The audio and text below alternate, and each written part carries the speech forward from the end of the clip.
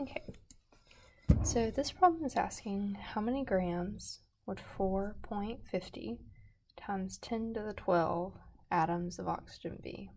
Okay, so done with a lot of atoms of oxygen, and so we're interested, if we were able to get the mass of this in the lab, what mass should we end up with? So again, I'm going to start on my framework and figure out where I'm starting and where I need to go. So I'm starting with the number of atoms, okay, and they're asking me to find the number of grams, okay. So it looks like I'm going kind of from atoms on the right all the way to grams, and so that should involve two steps. The first being from atoms to moles, and the second being from moles to grams.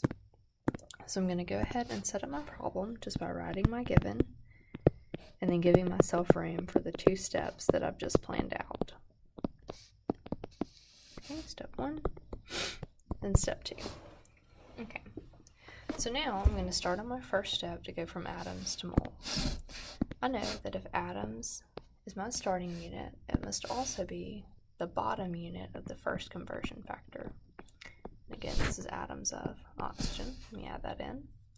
Okay, and so my first step is to go from atoms to moles. So if atoms is on the bottom, then that means moles will be on the top.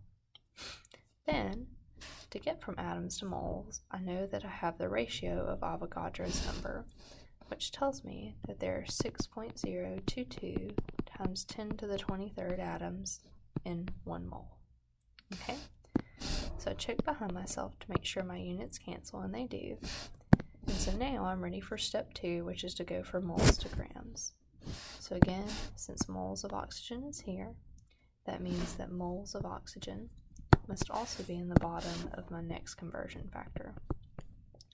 This time I'm going from moles to grams, so if moles is on bottom, grams must be on top. And again, this involves molar mass. So I'm going to go to the periodic table and look on the bottom for the molar mass of oxygen, which is 15.99 grams per 1 mole. Again, remember that number value is always attached to the grams, and a 1 goes beside the mole. I check my units to make sure they cancel, and then I'm ready to plug into my calculator. So here I take 4.5 times 10 to the 12. Again, make sure you're using the proper button on your calculator for scientific notation. And again, remember parentheses if you need them.